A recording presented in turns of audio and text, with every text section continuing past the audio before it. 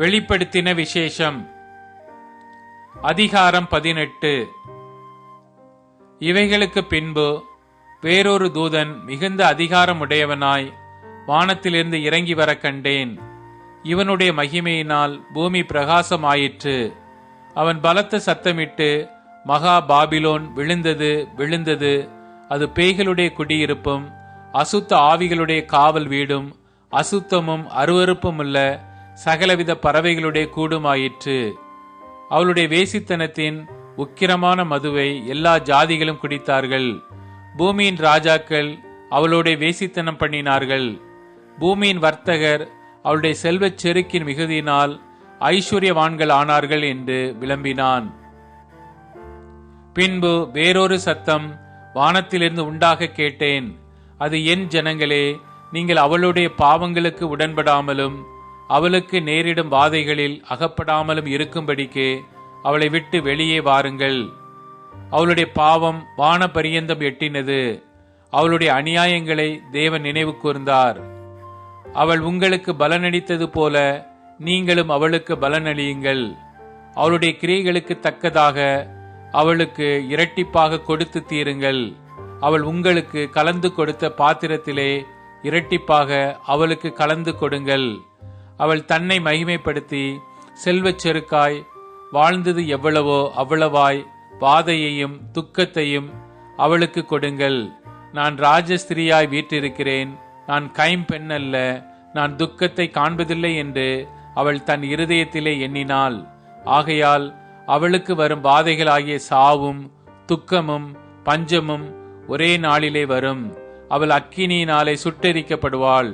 அவளுக்கு நியாய தீர்ப்பு கொடுக்கும் தேவனாகிய கர்த்தர் வல்லமையுள்ளவர். அவளுடைய வேசித்தனம் செய்து செல்வச் செருக்காய் வாழ்ந்த பூமியின் ராஜாக்களும் அவள் வேகிறதினால் உண்டான புகையை காணும்போது அவளுக்காக அழுது புலம்பி அவளுக்கு உண்டான வாதையினால் பயந்து தூரத்திலே நின்று, ஐயையோ, பாபிலோன் மகா நகரமே, பலமான பட்டணமே, ஒரே நாளிகையில் உனக்கு ஆக்கினை வந்ததே என்பார்கள். பூமியின் வர்த்தகர்களும் தங்கள் தங்கள் சரக்குகளாகிய பொன்னையும் வெள்ளியையும் இரத்தினங்களையும் முத்துக்களையும் சல்லாவையும் இரத்தாம்பரத்தையும் பட்டாடைகளையும் சிவப்பாடைகளையும் சகலவித வாசனை கட்டைகளையும் தந்தத்தினால் செய்திருக்கிற சகலவித வஸ்துக்களையும் விலையுயர்ந்த மரத்தினாலும் வெண்கலத்தினாலும் இரும்பினாலும் வெள்ளை கல்லினாலும் செய்திருக்கிற சகலவித வஸ்துக்களையும் இலவங்க பட்டையையும் தூப வர்க்கங்களையும் தைலங்களையும் சாம்பிராணியையும் திராட்ச ரசத்தையும் எண்ணெயையும் மெல்லிய மாவையும் கோதுமையையும் மாடுகளையும் ஆடுகளையும் குதிரைகளையும் ரதங்களையும் அடிமைகளையும் மனுஷருடைய ஆத்துமாக்களையும் இனி கொல்வார் இல்லாதபடியால் அவளுக்காக அழுது புலம்புவார்கள்.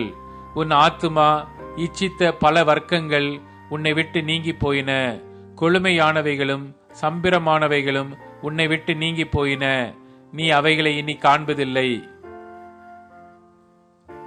இப்படிப்பட்டவைகளை கொண்டு வர்த்தகம் பண்ணி அவளால் ஐஸ்வர்யவான்கள் ஆனவர்கள் அவளுக்கு உண்டான வாதையினால் பயந்து தூரத்திலே நின்று, ஐயையோ, சல்லாவும் இரத்தாம்பரமும் சிவப்பாடையும் தரித்து பொன்னினாலும் இரத்தினங்களினாலும் முத்துக்களினாலும் சிங்காரிக்கப்பட்டிருந்த மகா நகரமே, ஒரு நாளிகையிலே இவ்வளவு ஐஸ்வர்யமும் அழிந்து போயிற்றே என்று சொல்லி அழுது துக்கிப்பார்கள்.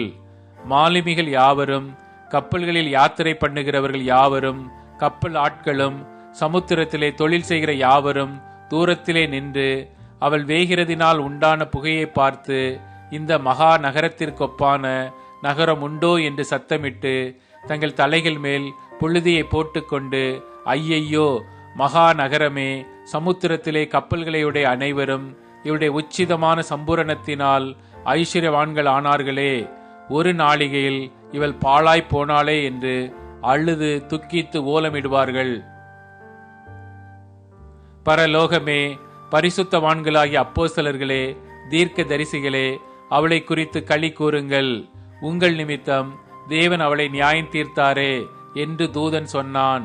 அப்பொழுது பலமுள்ள தூதன் ஒருவன் பெரிய ஏந்திர கல்லையொத்த ஒரு கல்லை எடுத்து சமுத்திரத்திலே எறிந்து, இப்படியே பாபிலோன் மகா நகரம் வேகமாய் தள்ளுண்டு இனி ஒருபோதும் காணப்படாமற் போகும். சுர மண்டலக்காரரும் கீத வாக்கியக்காரரும் நாகசுரக்காரரும் எக்காலக்காரருமானவருடைய சத்தம் இனி உன்னிடத்தில் கேட்கப்படுவதில்லை. எந்த தொழிலாளியும் இனி உன்னிடத்தில் காணப்படுவதும் இல்லை. ஏந்திர சத்தம் இனி உன்னிடத்தில் கேட்கப்படுவதும் இல்லை.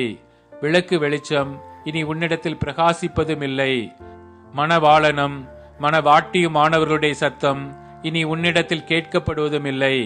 உன் வர்த்தகர் பூமியில் பெரியோர்களாயிருந்தார்களே, உன் சூனியத்தால் எல்லா ஜாதிகளும் மோசம் போனார்களே. தீர்க்க தரிசிகளுடைய இரத்தமும் பரிசுத்தவான்களுடைய இரத்தமும் பூமியில் கொல்லப்பட்ட அனைவருடைய இரத்தமும் அவளிடத்தில் காணப்பட்டது என்று விளம்பினான்.